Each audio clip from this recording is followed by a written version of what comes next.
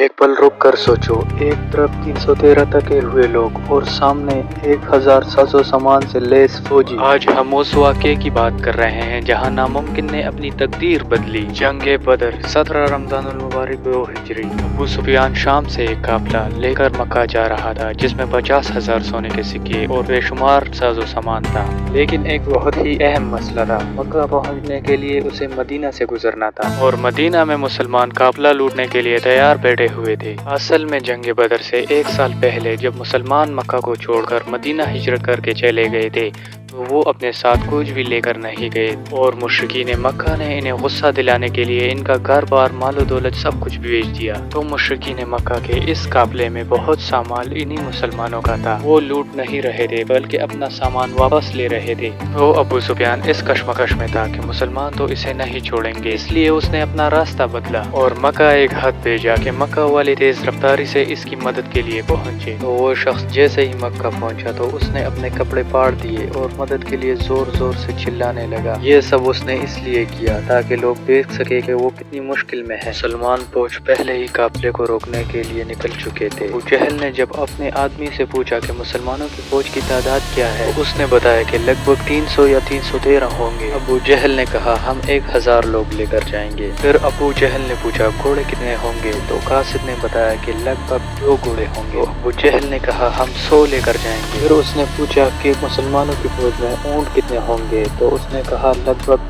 17 ऊंट होंगे। तो अबू सुफियान ने कहा कि हम 117 लेकर जाएंगे। अबू सुफियान का काफिला एक और रास्ते से निकलकर मक्का पहुंच गया, इसलिए अब लड़ाई करने की कोई जरूरत नहीं थी क्योंकि कारवान तो बच गया था। लेकिन अबू जहल ने कहा कि हम अब मुसलमानों को नहीं छोड़ेंगे क्योंकि एक एक मुसलमान को मारने के लिए हमारे पास 3-3 लोग मौजूद है। हम कल ही इन्हें खत्म कर देंगे, हम लड़ेंगे।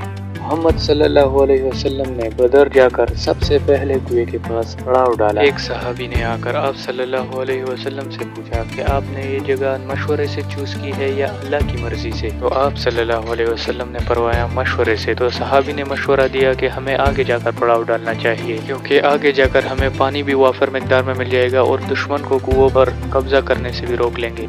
आप सल्लल्लाहु अलैहि वसल्लम को इसका यह मशवरा बहुत पसंद आया और तमाम फौज आधी रात को उस मकाम से आगे चली गई जहाँ पर पानी वापर मिकदार में मौजूद था। दूसरे दिन अबू जहल की फौज जब सामने आई तो वो मुसलमानों से 3 गुना बड़ी थी। उतबा जो मक्का का बहुत बड़ा बिजनेसमैन था अपने भाई और बेटे के साथ सामने आया और मुसलमानों को चैलेंज किया कि कोई है जो इनसे लड़ सके। तो मदीना के 3 अंसार इनसे लड़ने के लिए सामने आए। तो उतबा ने कहा ये कौन है? हमें अपने भाइयों के सर काटने हैं जिन्होंने अपने बाप दादा के मजहब से गद्दारी की। तो हजरत हमजा, अबू उबैदा और हजरत अली सामने आए और लड़ाई शुरू हो गई। हजरत उबैदा जख्मी हुए लेकिन उतबा और उनके बेटे और भाई हलाक हो गए। उतबा का बेटा जो कि मुसलमानों की फौज में था अपने बाप, भाई और चचा को अपनी आंखों के सामने मरता हुआ देखकर फिर भी मुसलमानों की फौज में ही रहा। ये उसके ईमान की मजबूती थी। मुसलमानों की तादाद जो कि कम थी तो उन्होंने सोचा कि हम दिफाई तरीकाकार अपनाते हैं और अपनी जगह से बिल्कुल नहीं हिलते, इनको ही हम पर हमला करने दो। इसी के साथ ही अबू जहल ने पूरी ताकत के साथ मुसलमानों पर हमला करने का हुक्म दिया क्योंकि अबू जहल ने सोचा कि छोटी सी फौज है इनकी, हमें ज्यादा वक्त नहीं लगेगा इनको हराने में और इनको खत्म करने में। लेकिन ऐसा हरगिज नहीं हुआ और आहिस्ता आहिस्ता एक एक मुसलमान 4-5 काफिरों को हलाक करने में कामयाब होने लगा। ये देखकर अबू जहल घबरा गया और अपनी फौज को आहिस्ता आहिस्ता पीछे हटाने लगा। सोचने लगा कि आखिरकार ये क्या हो रहा है, हमारी फौज इनसे 3 गुना बड़ी है लेकिन फिर भी ये हमें हराने में कामयाब हो रहे हैं। ये देखकर मुसलमानों ने अपनी सफों को बदला और ताजा दम दस्तों को आगे ला खड़ा कर दिया। अबू जहल ने एक बार फिर मुसलमानों पर पूरी ताकत से हमला कर दिया लेकिन इस बार भी वही हुआ। अबू जहल अपनी फौज को आहिस्ता आहिस्ता पीछे हटाने लगा लेकिन मुसलमानों ने इस बार अपनी पूरी ताकत से उन पर हमला कर दिया और कुफार की फौज तितर बितर होकर यहाँ वहाँ दौड़ने लगी। अबू जहल मारा गया लेकिन मक्का वाले खुशखबरी का इंतजार कर रहे थे क्योंकि 60 सालों से मक्का वालों को किसी ने भी शिकस्त नहीं दी थी और तकरीबन 65 साल पहले इन्होंने इब्राहा के 60,000 के लश्कर को भी शिकस्त दी। इसी वजह से पूरा अरब कुरैश को अपना लीडर मानता था। लेकिन मक्का के वही कुरैश अब 313 मुसलमानों से हार कर वापस आ गए थे। जो लोग जंग से भागकर मक्का पहुंचे तो उन पर किसी ने यकीन ही नहीं किया कि ये लोग जंग हार गए क्योंकि उन्हें अपनी हार का यकीन ही नहीं आ रहा था। लेकिन आहिस्ता आहिस्ता उन्हें समझ आने लगी कि वो अपनी इज्जत और जी जंग दोनों हार चुके। एक हिस्टोरियन लिखते हैं कि अरब इस जंग से पहले मोहम्मद को एक कमजोर आदमी समझते थे जिनको अपने ही लोगों ने निकाल दिया था। लेकिन इस जंग के बाद मोहम्मद पूरे अरब में एक लीडर के तौर पर मशहूर हो गए